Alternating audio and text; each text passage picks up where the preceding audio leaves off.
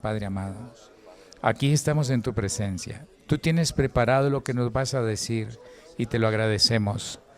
Por eso te rogamos, Señor, bendice a mi hermano Álvaro, afírmale el pensamiento. Pon en sus labios las palabras adecuadas, las que necesitamos oír, fuertes como sean, Señor, pero lo que conviene.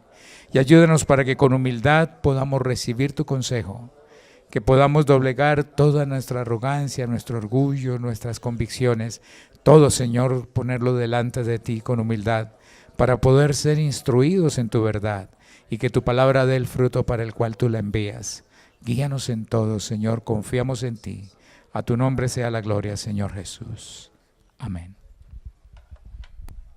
Gracias, hermano Jorge. Dios les bendiga, hermanos. Un saludo muy cordial para todos en el nombre del Señor Jesús. Y como siempre, considero para mí un gran honor, un gran privilegio de parte de Dios poder estar frente a un grupo tan selecto de hombres que Dios ha puesto en un lugar muy importante dentro de la obra del Señor y dentro de esta historia de la iglesia en Colombia. Les invito a estar cómodos. Vamos a desarrollar de una manera muy sencilla un pensamiento en relación al tema que nos han propuesto.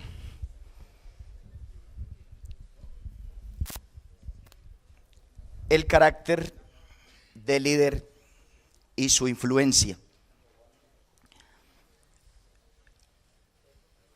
He tomado como base este versículo de la palabra del Señor que se encuentra en el segundo libro de Crónicas, en el capítulo 16, verso 9, donde el vidente Hanani habla con el rey Asa. Todos sabemos, los que hemos leído la palabra del Señor, cómo Dios obró en favor del rey y de su pueblo después de que 1,000,000 de hombres fueron contra ellos. Pero la palabra del Señor dice que Asa luego se olvidó de buscar a Dios, de considerar a Dios en sus necesidades, y más bien hizo alianzas, y por consiguiente perdió la mejor oportunidad de vencer a uno de sus más grandes enemigos. Es decir, cuando estuvo frente a las dificultades de etíopes y ahora se enfrentaba a los asirios, pues él menospreció el poder y la grandeza de Dios aún para librarlo también de este gran pueblo. Así que entonces Hanani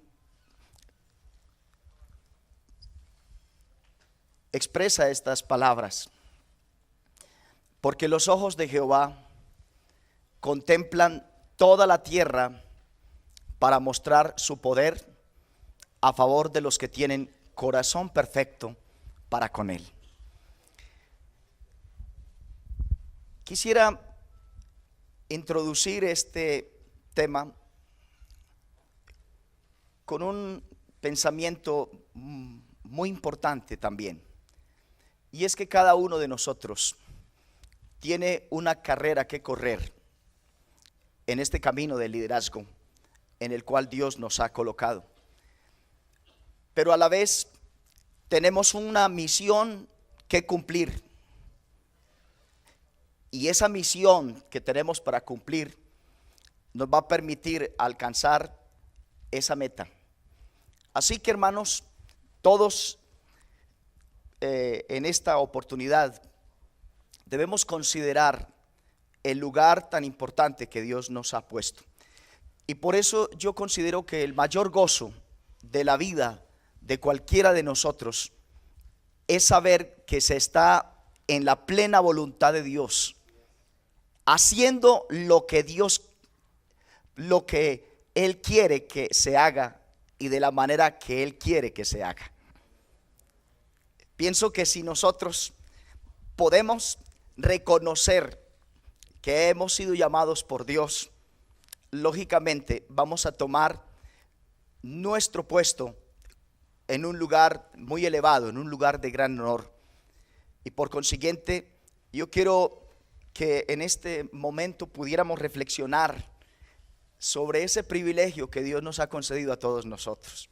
Cuando llegamos a la iglesia, llegamos como cualquier persona, lleno de pecados o quizás con muchas incertidumbres, sin muchos conocimientos, pero a medida que fuimos conociendo a Dios, a medida que fuimos teniendo un encuentro con el Señor, en la medida en que fuimos conociéndolo a Él y luego amándole y luego tomando la decisión de obedecerle, el Señor nos fue llevando paso a paso a no solamente mostrarnos su gracia y su misericordia en su salvación, sino también nos dio la oportunidad de que nos ubicáramos frente a aquellos que también estaban llegando, al igual que un día lo hicimos nosotros. Todos los que estamos aquí miramos con mucho agrado a nuestro pastor y a nuestros líderes, a quienes eran presidentes de jóvenes, a quienes eran predicadores de barrios. Cuando llegamos a la iglesia los admiramos y empezamos casi a sentir como un deseo de que igualmente Dios también nos pusiera en un lugar muy importante. Y lo veíamos difícil porque teníamos una gran ignorancia sobre todas las cosas de Dios. Pero noten, hermanos, como Dios al paso del tiempo nos dio ese gran honor y ese gran privilegio. Y no fue solamente en una iglesia local, después nos permitió en un mayor número de personas y luego en un distrito y en el caso nuestro en un contexto nacional. Y yo cada vez que reflexiono sobre lo que Dios me ha dado, yo no tengo sino gratitud para con Dios. Lo único que tengo que decirle es: Señor, gracias, porque ciertamente llegar a estar delante de personas tan grandiosas, grupos tan numerosos de personas, y uno poder decir algo y poder influir sobre alguien, realmente no es otra cosa que la gracia, la misericordia, la bondad, todo lo que significa el bien de Dios para nosotros. De manera, hermanos, que yo siento que debemos cada uno reconocer con mucho gozo que lo que somos, lo somos por el Señor. Ahora bien, necesitamos saber que cada uno somos líderes. Y según los expertos, el líder es una persona que influye en la gente para alcanzar un propósito. Ahí es donde Dios nos ha colocado. Hay una palabra que define la acción del líder y es la palabra liderazgo. Y la palabra liderazgo es el arte ya de influir sobre la gente para que trabaje con entusiasmo en la consecución de objetivos en pro del bien común. Esa es nuestra posición y esa es también nuestra acción, el ejercer directamente una influencia sobre otros para alcanzar unos objetivos, para alcanzar unas metas. No obstante, el liderazgo, hermanos,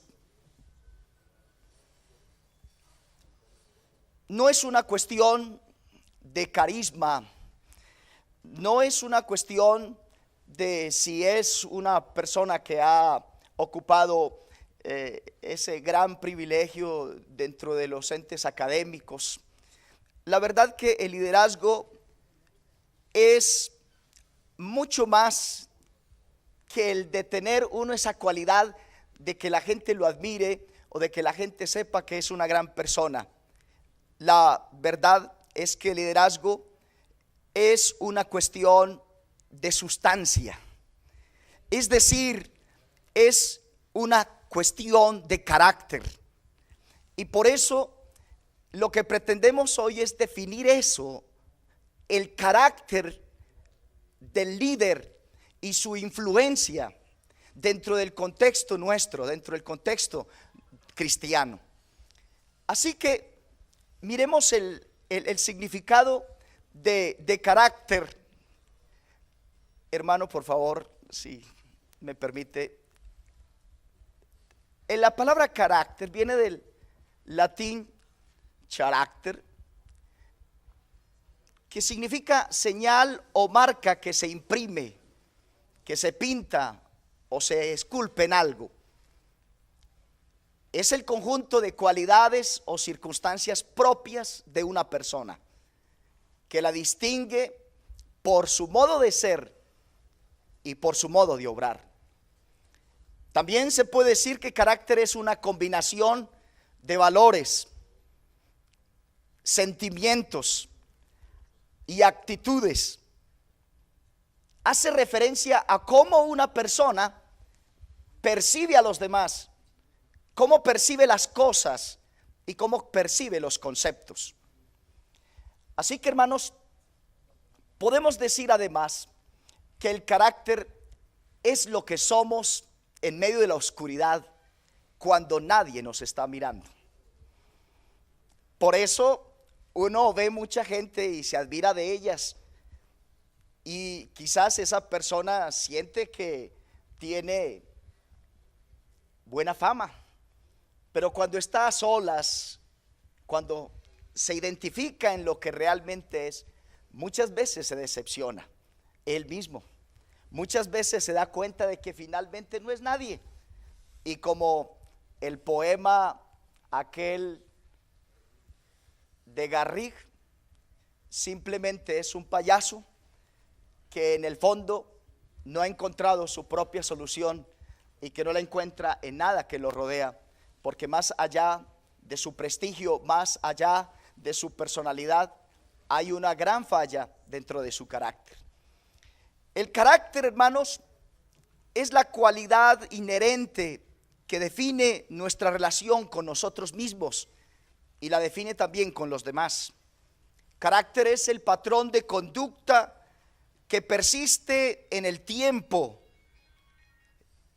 que emana del interior, pero que se refleja en nuestros actos exteriores.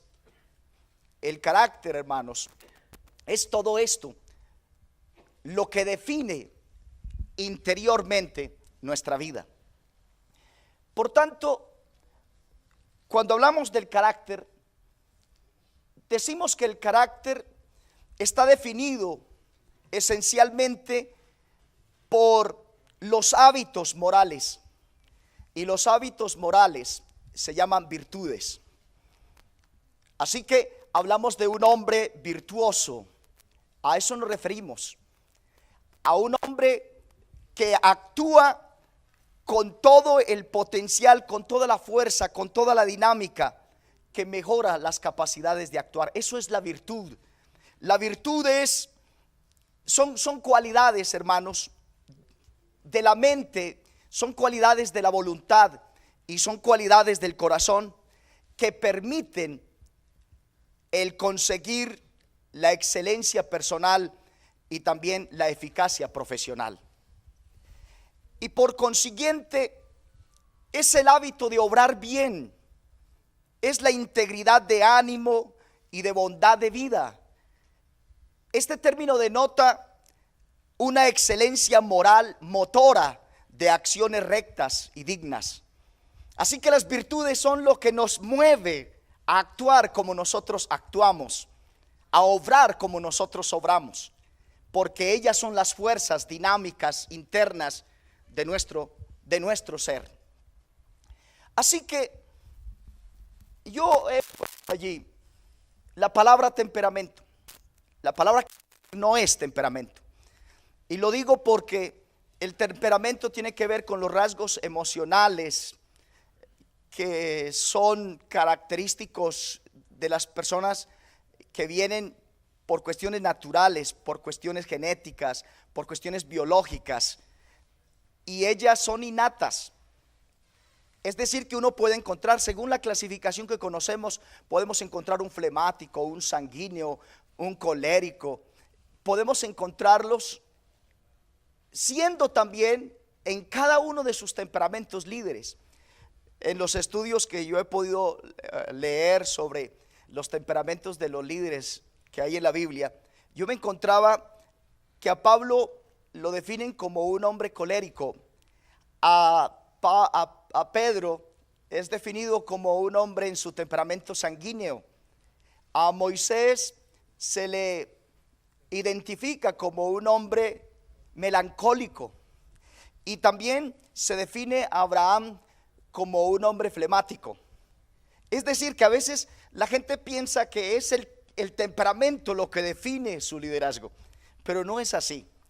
Uno puede ser flemático, uno puede ser sanguíneo, puede ser colérico, como sea, y ser un hombre virtuoso.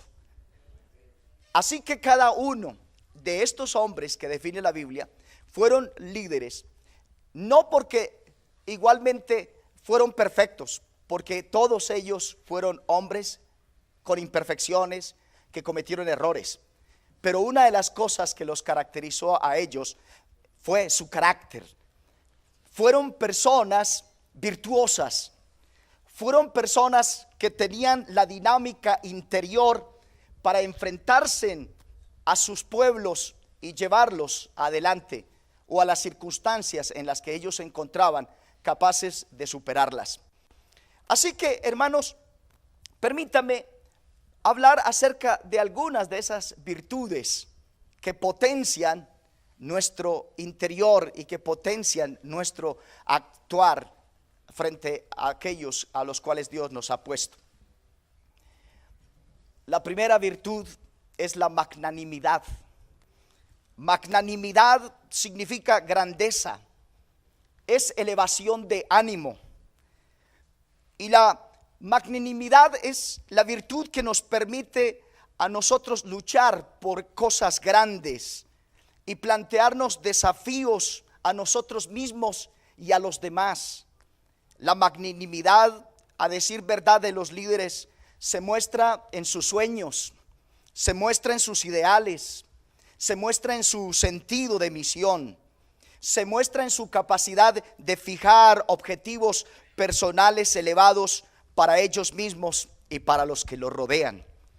Pero especialmente magnanimidad se muestra en esa cualidad de servir a otros.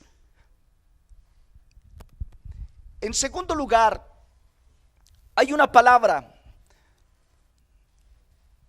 que todos conocemos, a la cual aludimos frecuentemente, y es la palabra humildad. Esta virtud nos permite superar el egoísmo y acostumbrarnos a servir a otros.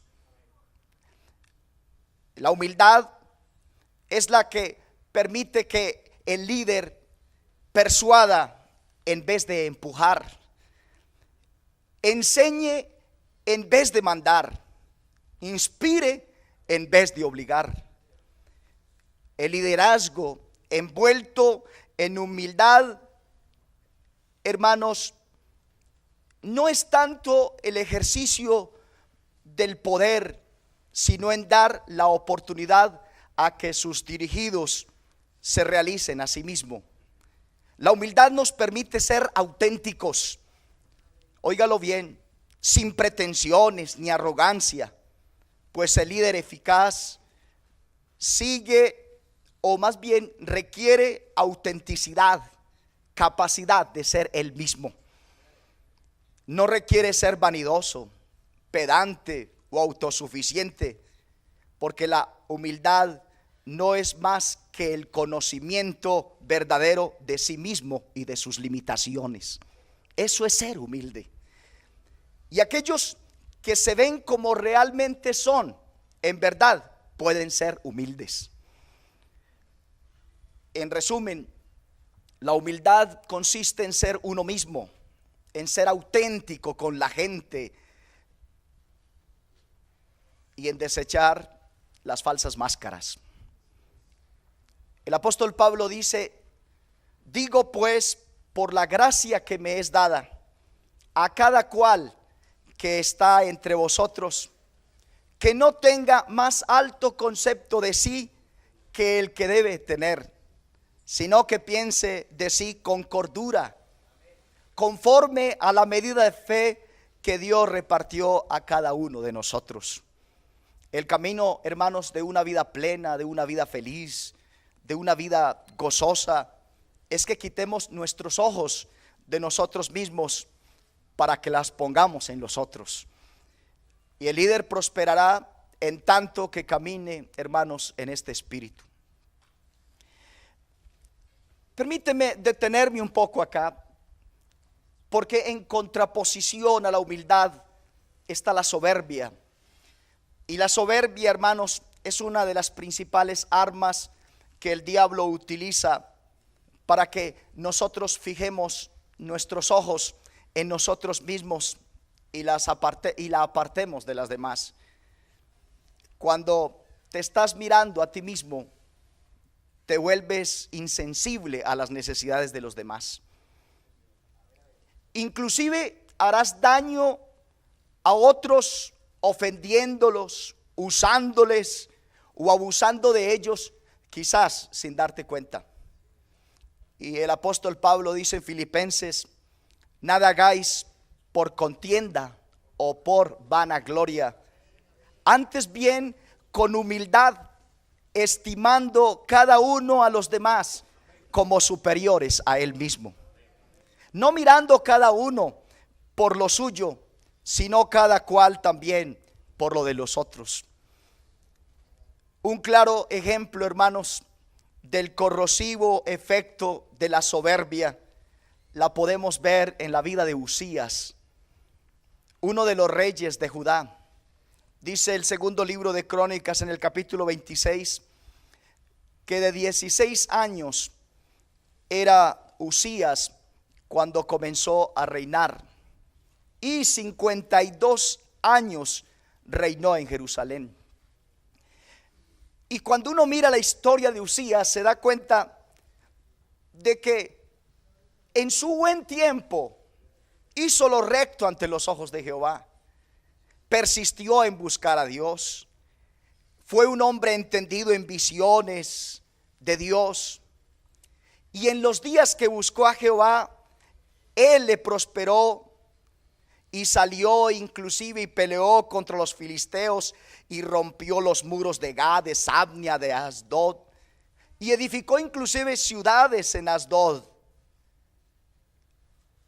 Y Dios le dio ayuda contra los filisteos y contra los árabes e inclusive contra los amonitas, y hasta los amonitas vinieron y le trajeron presentes a Uzías, y se divulgó su fama hasta las fronteras de Egipto, porque se había hecho altamente poderoso.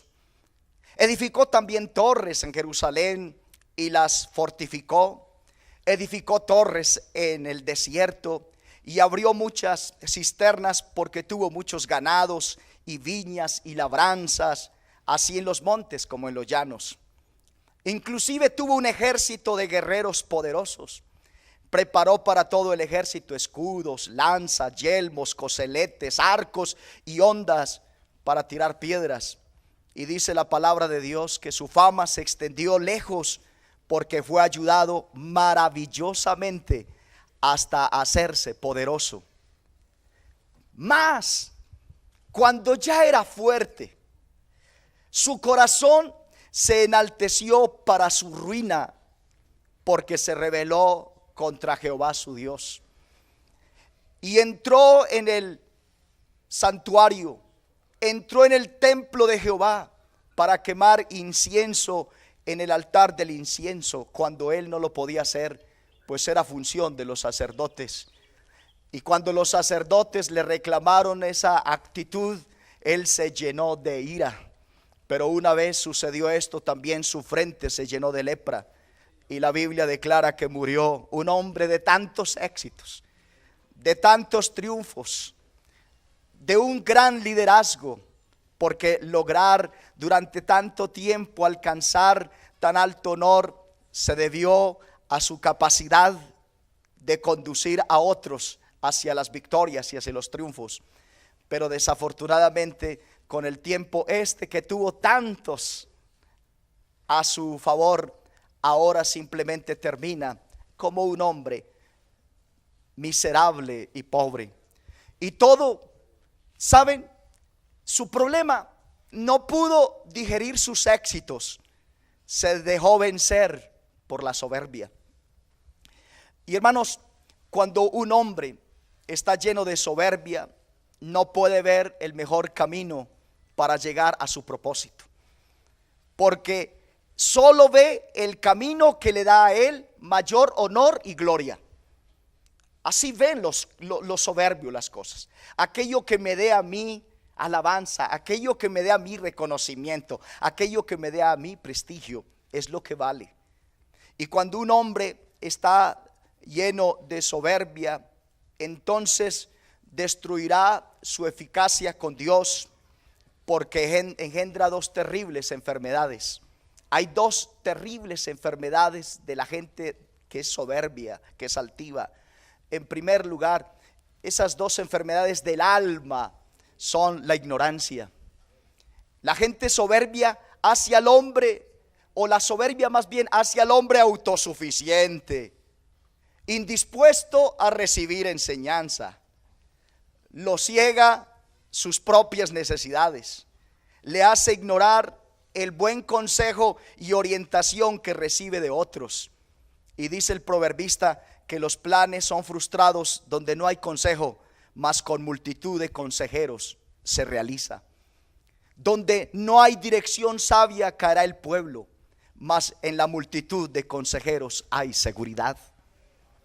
Hermanos, créame que uno fácilmente puede ver la caída de mucha gente cuando se dejan tentar del enemigo y se dejan llevar por la arrogancia, por la altivez, por la soberbia, por el pensar que ya lo alcanzó todo, que ya es tan importante que merece que la gente se le postre a sus pies y lo aclame y lo alabe.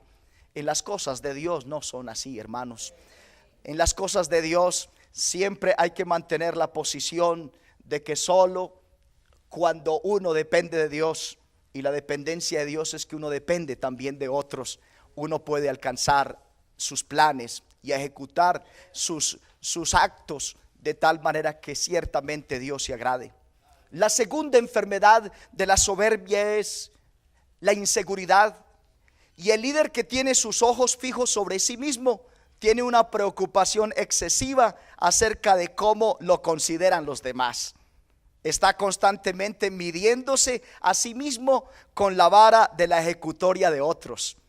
El apóstol Pablo dice en 2 de Corintios 10:12: porque no nos atrevemos a contarnos ni a compararnos con algunos que se alaban a sí mismos, pero ellos, midiéndose a sí mismos por sí mismos y comparándose consigo mismos, no son juiciosos.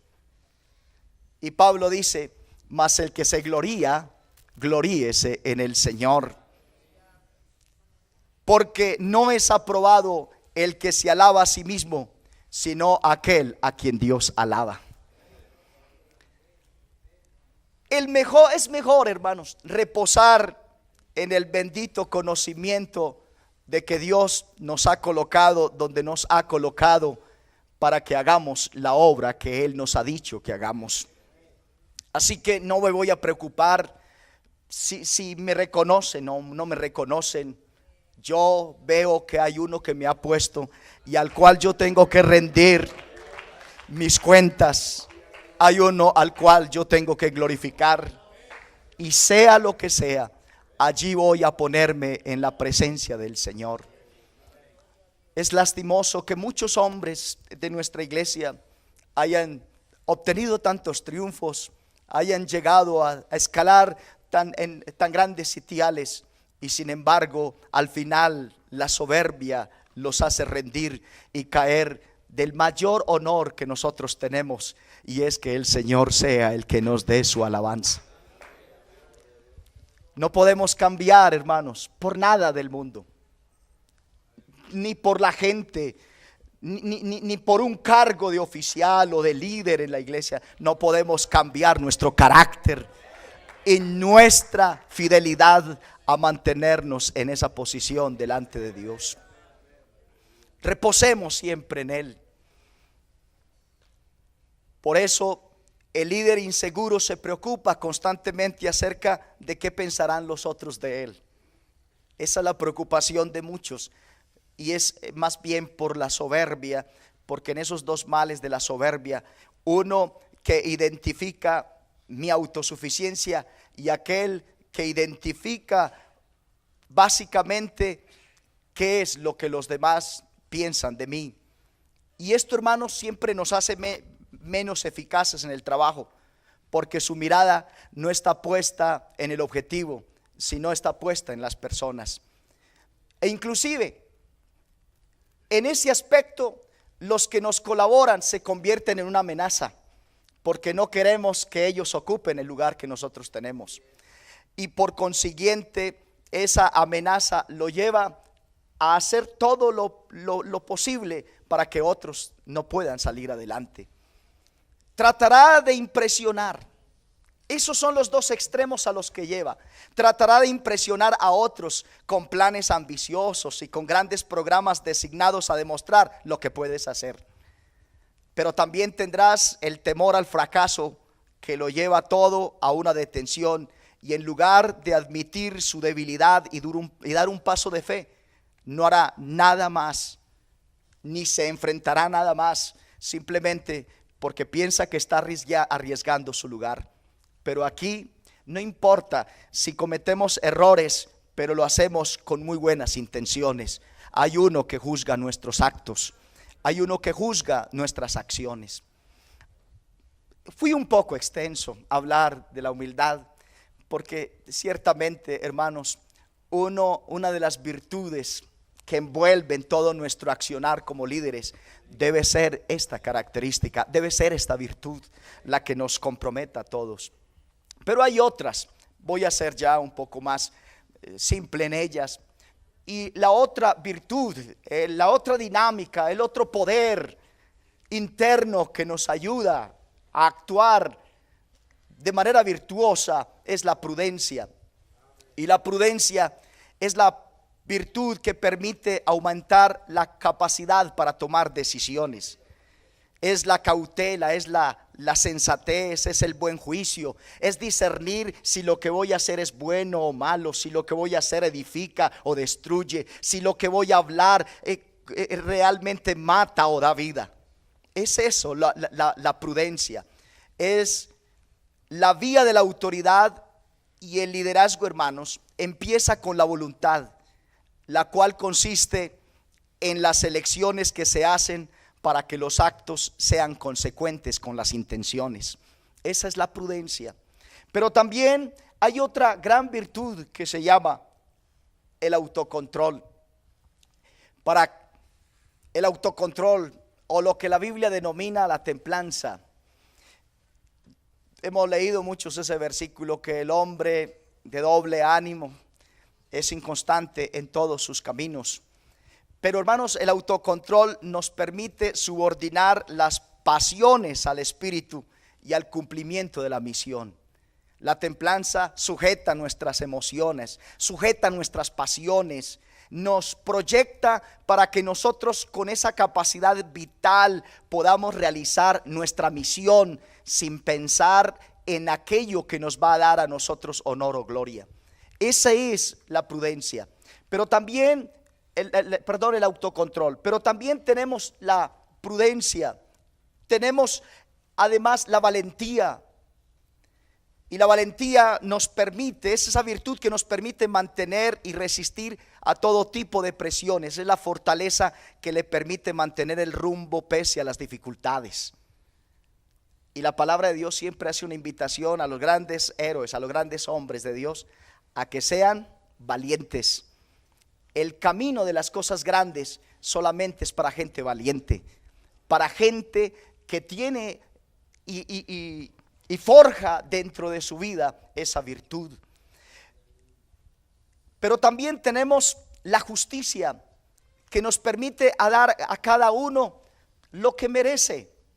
Si tenemos que darle honra, se la damos. Si le tenemos que dar honor, se lo damos. Si tenemos que darle respeto, le damos respeto. Nosotros, cuando tenemos la virtud de la justicia, nos podemos poner en un plano donde reconocemos que hay otros que hacen mejor las cosas que nosotros, y que bien vale la pena aplaudirlo a él también, si lo ha hecho y consideramos que tiene ese valor. Yo no tengo por qué sentir ningún sentimiento de inferioridad. Simplemente la actitud de ser justos le permite reconocer en otros sus valores, en reconocer en otros sus capacidades, en reconocer en otros que ellos pueden darnos mucho a nosotros. Finalmente, hermanos, yo pongo en la base de todas esas virtudes la pureza moral. Indudablemente, hermanos, la Biblia nos da ejemplos de hombres y de mujeres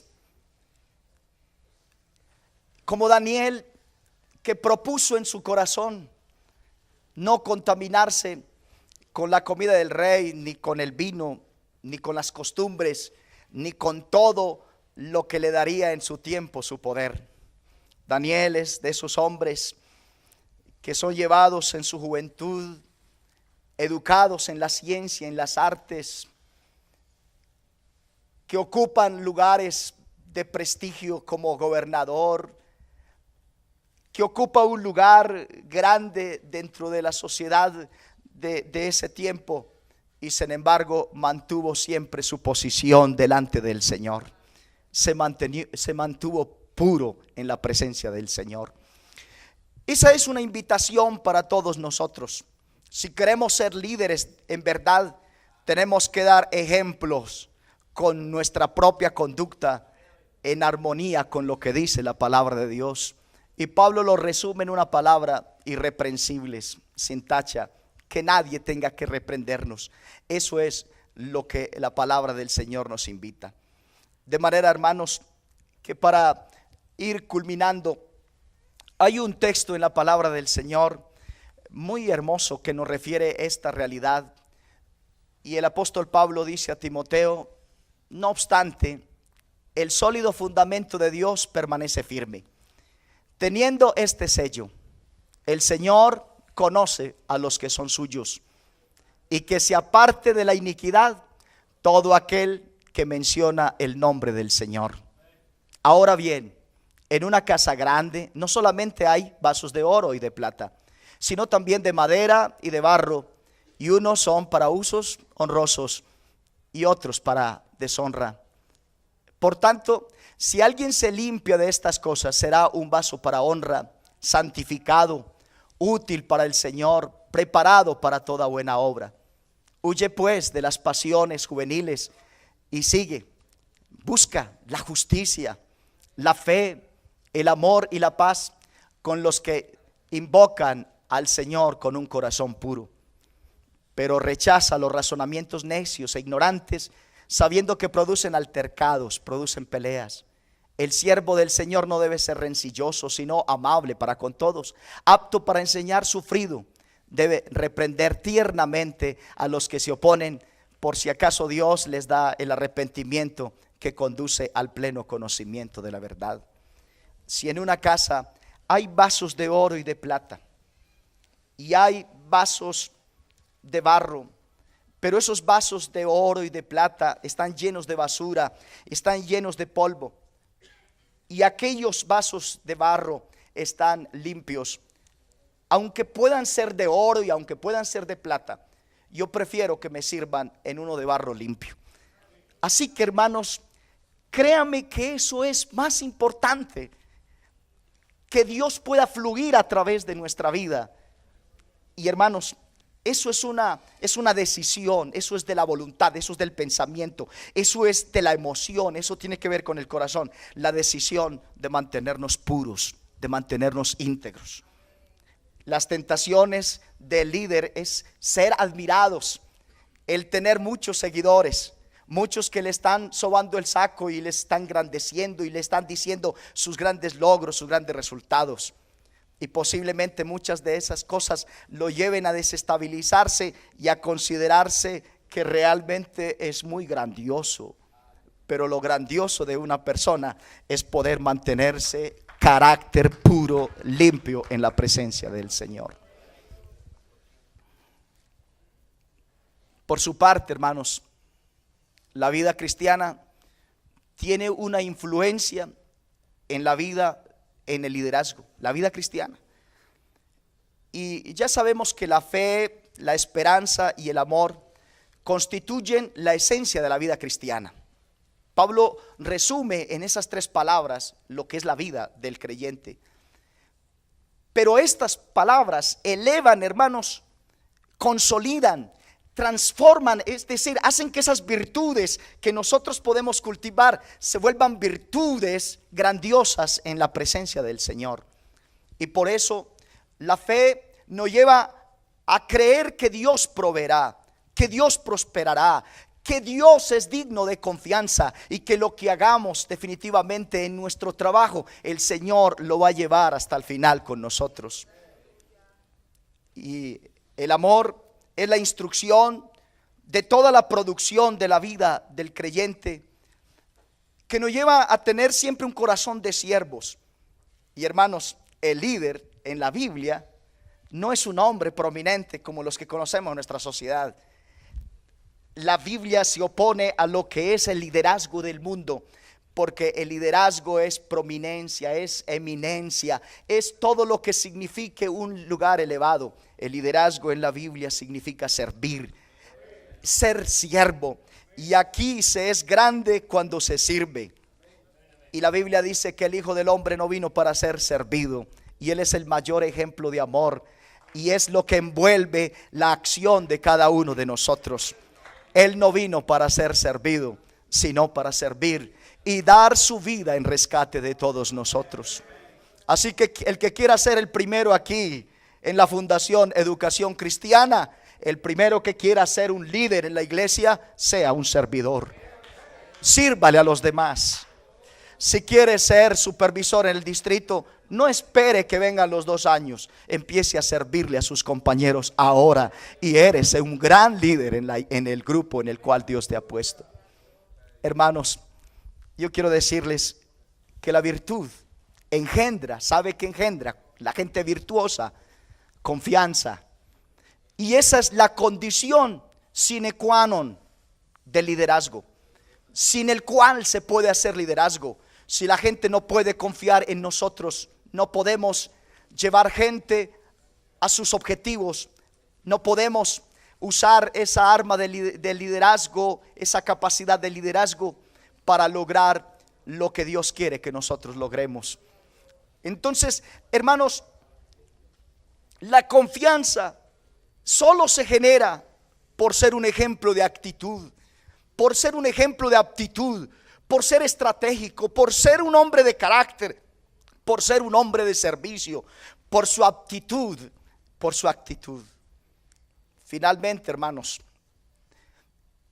la verdadera medida de liderazgo es la influencia. Y la influencia es para bien o para mal. Yo siempre le pido al Señor que me perdone todos los errores de mi pasado y que me permita todos los días de mi vida en adelante ejercer una influencia positiva en aquellos a los cuales Dios pone por delante. Que yo pueda saber que estoy en un lugar en el que Él me ha puesto única y exclusivamente para servir, pero también para influenciar. Porque quiéralo o no, cada uno de ustedes ya está ejerciendo influencia donde están. Y yo estoy ejerciendo influencia con ustedes ahora. Mi hermano Jorge influye su influencia sobre mí, el hermano Eduardo, todos influimos sobre todos. Pero ¿cómo estamos influyendo? ¿Qué tipo de vasos somos? ¿Somos vasos para honra o somos vasos para deshonra? Que Dios nos ayude, que Dios nos guarde. Así que, hermanos, el verdadero líder es carácter. Óigalo bien, es carácter. ¿Quiénes son? Eso es ser verdadero líder. ¿Quiénes son? Y el carácter comunica coherencia, comunica potencial, comunica respeto. Eso comunica el carácter. El carácter comunica relaciones. ¿A quienes conocen? Eso comunica el carácter. El carácter de una persona nos dice con quién se relaciona esa persona. El verdadero carácter comunica conocimiento. Y todos aquellos saben que saben. Pero también el carácter comunica intuición. ¿Qué sienten los hombres líderes de carácter? Pero también el carácter comunica experiencia. ¿A dónde han estado esos hombres? Y finalmente, el verdadero líder, que es carácter, y ese carácter nos comunica todo lo anterior, también nos comunica capacidad. ¿Qué pueden hacer esos líderes de carácter? Que el Señor nos ayude y nos bendiga. Puestos de pie, vamos a darle gracias a Dios. Si Dios ha hablado a su vida, si siente que hoy Dios le puede colocar en un sitio especial, si la arrogancia le está dominando, si ya no es capaz de escuchar a sus compañeros, si ya no es capaz de sentarse a la mesa y saborear el gusto manjar de estos que nos están sirviendo, pues es un día hoy de reconciliarnos con el verdadero propósito de Dios en nuestras vidas. Que el Señor nos mantenga ahí. Que el Señor nos permita ser esos hombres, esas mujeres, a través de los cuales Él puede mostrar su poder a estas generaciones. Y que como una corriente pueda pasar a quienes Dios ha puesto en nuestro camino. El Espíritu Santo es el mejor forjador de carácter. Señor Jesús, tú eres bueno. Gracias, Señor, por la paciencia que has tenido con nosotros. Gracias, Señor, por ayudarnos esta mañana a entender lo que somos. Aquí hay hombres y mujeres virtuosas. Aquí hay hombres y mujeres que pueden entender el lugar en el que tú nos has colocado. Ayúdame, Señor. Tú eres real, Señor, y estás aquí para moldear, para transformar, para ayudarnos en adelante a tomar decisiones, para mantenernos en la magnanimidad, en la dignidad y en la grandeza, Señor, del lugar en el cual tú nos has puesto.